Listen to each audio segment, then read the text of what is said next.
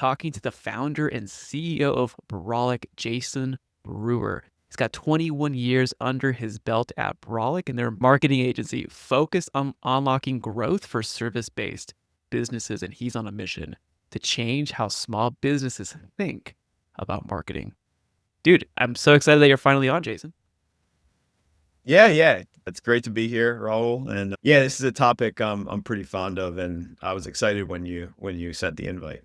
We've been having this conversation in our private calls. I've been having this conversation about niching down in coffee chats, in mastermind groups, in my own one-on-ones, and there's no right answer or wrong answer to niche down or niche in any sort of sense. I'm gonna set the scene here. People tell you to niche down, but you can also niche horizontally depending on the skill sets that you have. You also can niche depending on the type of person that you sell into or the intelligence of your ideal client. 'Cause some industries have higher rigor, higher performance requirements, and it can be very difficult with working with those types of clients. I'm not saying that it is difficult, but it could be very difficult for some services or agencies to work with some clients versus another. That's another way to niche down. It could be by your services, could be by your industry. There's a plethora of ways of niching down, and I would love your thoughts. 21 years in the game. What is your current state of thought when it comes to niching, and what's the tension behind it?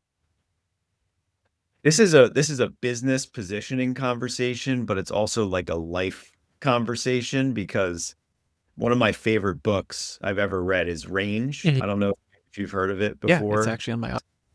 It's all about there you go. It's all about the benefits of being a generalist in a specialized world. It certainly looks at both sides of it, but one of the great sort of examples is Roger Federer, who did not start at 3 years old with a tennis racket in his hand. He actually played a lot of different sports and didn't even figure out that tennis was his thing until he was like in his late teens. And they compare that to Tiger Woods, who you've seen clips maybe where he's like out looking like a teenager or adult playing golf, like scoring better than adults at 3 years old, 4 years old. So it's like the idea of like specializing from early on or starting as a generalist, and like what are the pros and cons to each. And it's been this thing where, from being a parent and a coach, not just to sports, but in life in general, like getting a diverse range of learnings across different areas versus like pushing yourself or your child or someone into like one specialty really early and just focusing on that forever. And I think, I've always been a big fan of that generalist sort of curriculum or like that expanding it and having different pockets of knowledge that you can use and sort of like overlap nicely. So when it comes to business, I think a lot about positioning strategy. And as growth marketers, you think a lot about like launching ad campaigns and optimizing and conversion rate optimization and the technical aspects of digital marketing. But a lot of our job is making sure the foundation's right. And that means making sure that the audience you want to reach connects with the value you provide and the proposition you have. And it's a lot about positioning and messaging. So a lot of our work starts there. And having a range of skills that matches your potential client or customer's like set of needs, I think is more important than being that one trick pony or that one sort of specialist that can only do one thing and not expand outside of that to kind of meet the sometimes ranging needs of the customer. So anyway, that's a little bit of like my background in terms of how I feel about the generalist versus specialist conversation. I think there definitely is area for generalists and for, more diverse or a range of like skills in terms of business positioning. And I'm not one of those people that's going to like force you into a very specific specialty in all cases. Let me dissect a few thoughts there, because as you were speaking, I was thinking maybe in two dimensions. So there's the business itself, and this is your bigger picture positioning. And then there are the offers that you deliver to the marketplace via a service package, or it could be a productized service, or it could be some sort of subscription or software. So let's just put offers below that. Then on the background, it's the types of clients you work with. And then the third is the types of projects you work on. So I'm almost thinking that as a team as a whole, you do have to have a wide range of skills and capability, but you would channel Mhm. those, or you could channel those to specific offerings. Because one of the things that I started questioning is, what if the organization as a whole focuses primarily on a generalist skill set? Or I love Jim Collins's books about what's your flywheel effect. Are you a product specific type of company, or are you a process specific type of company? And a lot of my clients are process, and even myself, it's more process. It's agnostic to the industry or to the, which is not good positioning, because sometimes like, who do Yeah. you help? But when you look at the Yep. process as a whole, or you look at a team that has a diverse range of skills, great. You can tackle a wide array of problems. I think there should be experimentation or some sort of R&D or labs to tinker and figure out what else could we be solving and creating something new, but for the sole case of creating new offerings. But here's where I think we could actually differ, is that the offers should be specialized to a specific outcome, but that doesn't mean that the company as a whole has to niche down just to that specific offering. So I think that's where there's an interplay of it, and I'd love to know your thoughts on that. Does it create confusion for the organization? Does it create confusion for the marketplace? No, I think a very focused offer, or even like, even if you know you have a generalist skill set and there's a lot of problems you can solve, focusing on one that like gets a particular audience member or persona's attention and brings them in the door. And I think that that's really important, because you can't go out with positioning that just says we do everything for Yeah. everyone. Obviously, both of us would agree that that's not the way to go.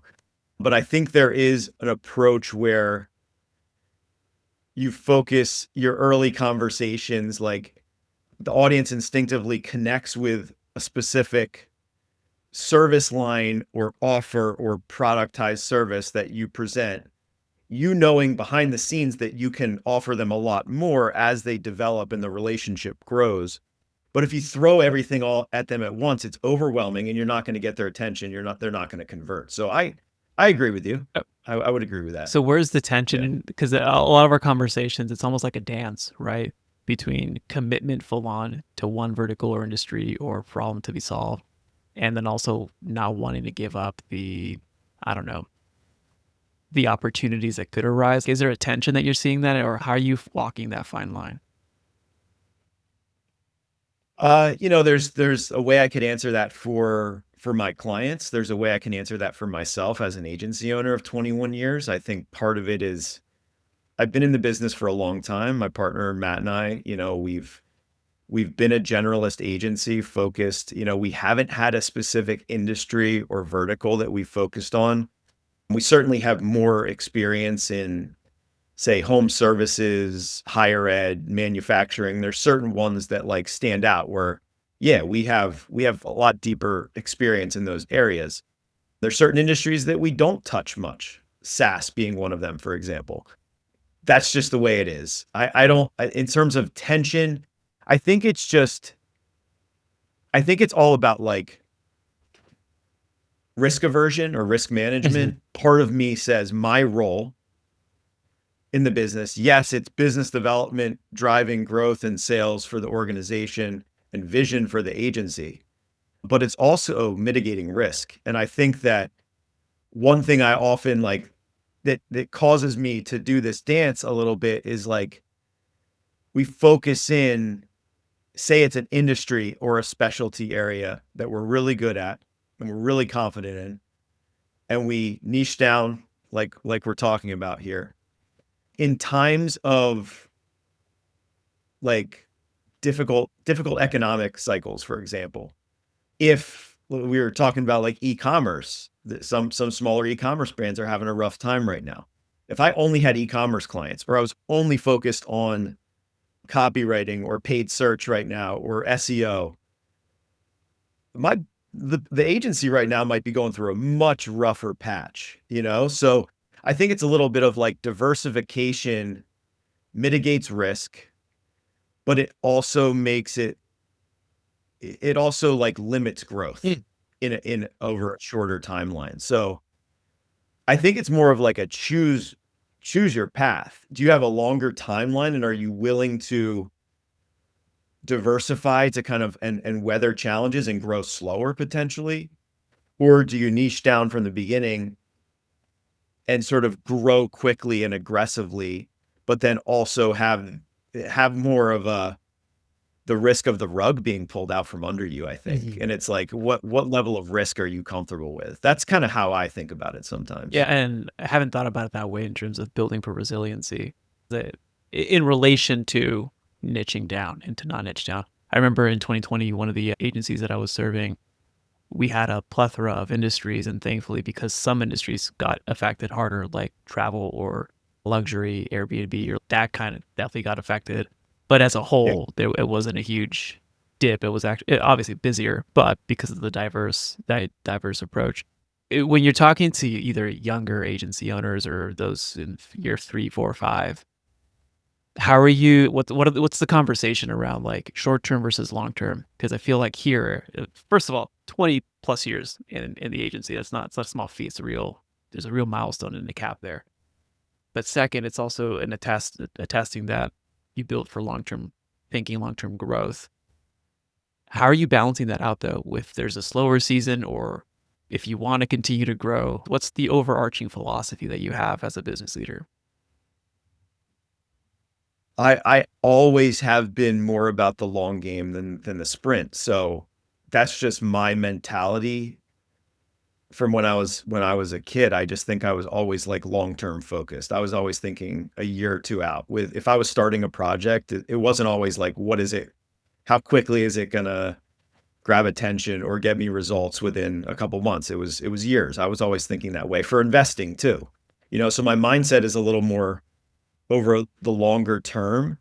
So survival over a longer term and removing the really low points is more sort of like how I approach business and life maybe.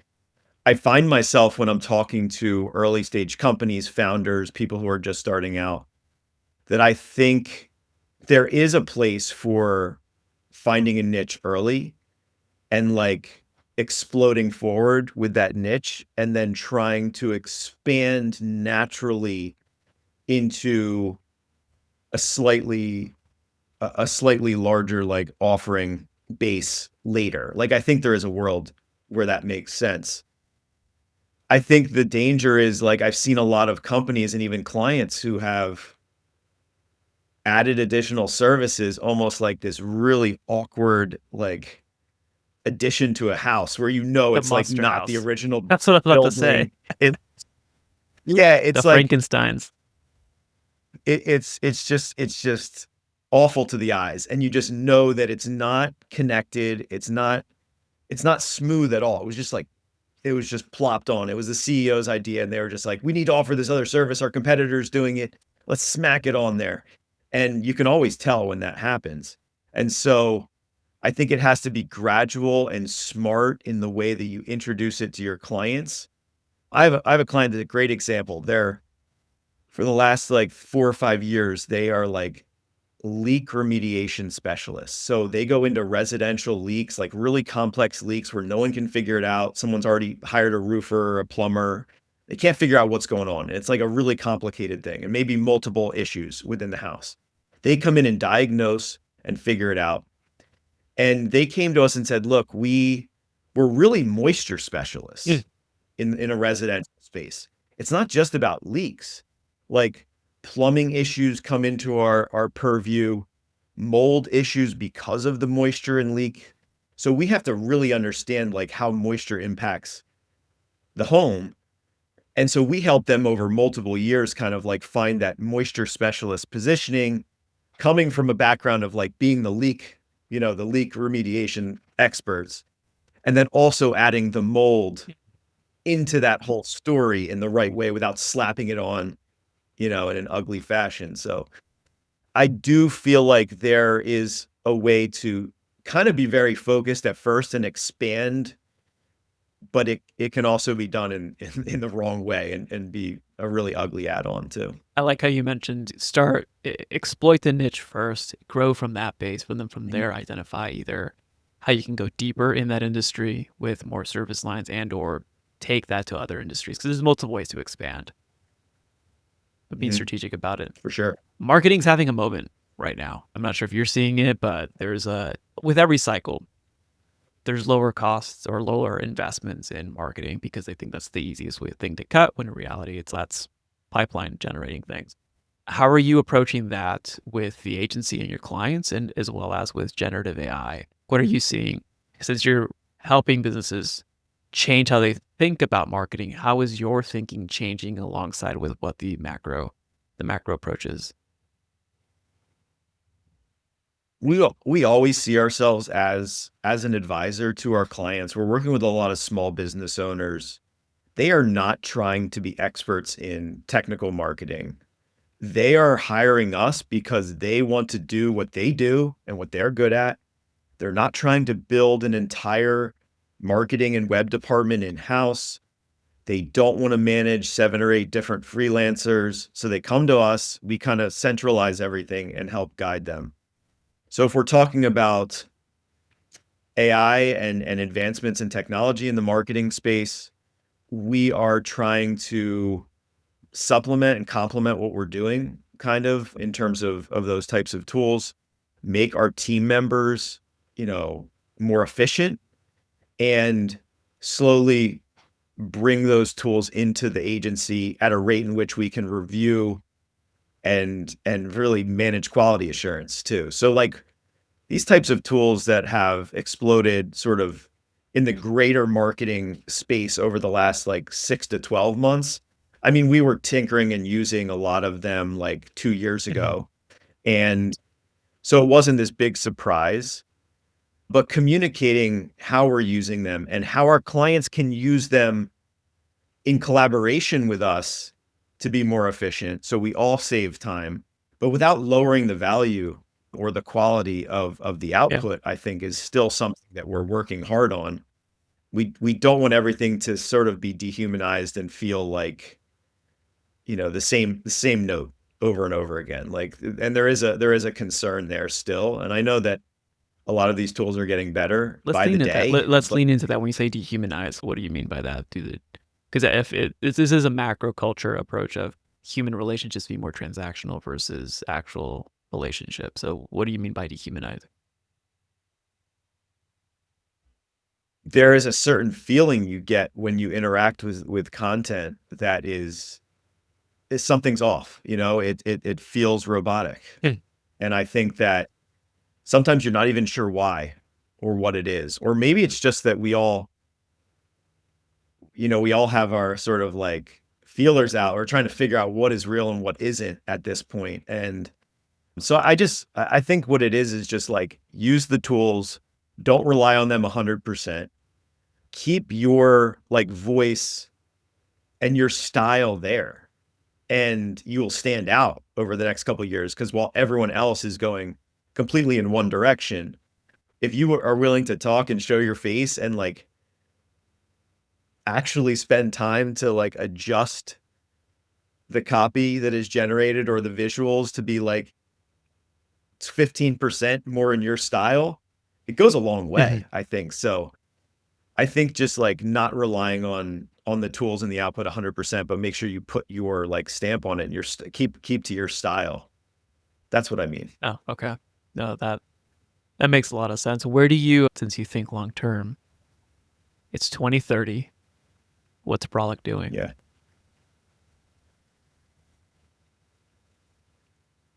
Brolic is providing services, growth marketing services to service-based organizations. I think we're focusing more on not just specifically just like HVAC clients, but home services, family services, consumer services. So we're starting to realize we're really good in a certain space. I think we are also incubating some of our own products or businesses, which is something that we've been working on for the better part of like 10 years.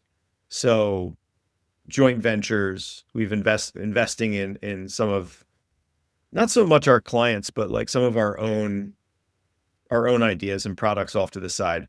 One thing that's really great about a growth marketing agency of 21 years is you have a team and processes and skills and experience to be able to really launch and grow businesses. So we just want to have some equity in those ventures as well. So I see us being service-based agency with some of our own ventures on the side in 2030. Okay. Like a portfolio, like a studio, portfolio studio. I like it. Yeah, exactly. And taking equity with clients that you're working with, or just building it on house or buying businesses and just doing it yourself. Probably more the latter, buying or starting businesses ourselves Nice. based on our experience. I think it's difficult when you mix the traditional agency model with a client who wants to pay for your services and wants it's not always they're not always like interested in that type of relationships. You don't want to force Yeah. it. So I think also like not limiting our portfolio to something that's coming in, the lead pipeline, through our contact form on our website, but actually going out and looking for those businesses to either invest in, buy, or launch ourselves, sort of like a separate R&D effort.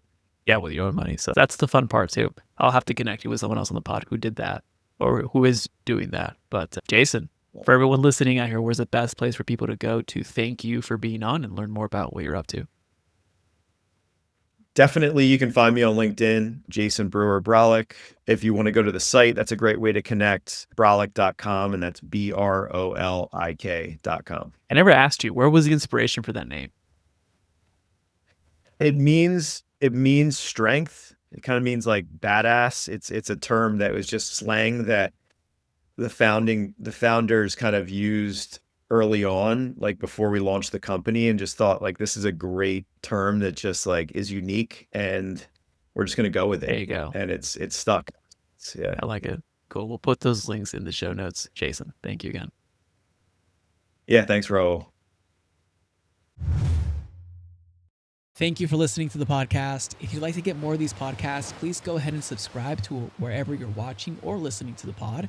If you have any suggestions or questions that you want me to answer on the pod, or you have a guest that you want me to interview, please go ahead and email me all of your suggestions and questions at podcast@dogoodwork.io. That's podcast@dogoodwork.io. If you'd like to give me public feedback, you can go on Apple Podcasts, and from there you can leave up to a 5-star review. I would greatly appreciate that. If you like more free resources where you can get my best strategies to help you increase your company's performance and scale profitably, you can get handpicked articles to propel your growth, and you can get trainings and discussions that I give freely online, as well as low-cost resources such as my books and guides, you can get all of that by going to dogoodwork.io/resources. 90% of all of these resources are not behind any email opt-in, so you can get instant access by going to dogoodwork.io/resources.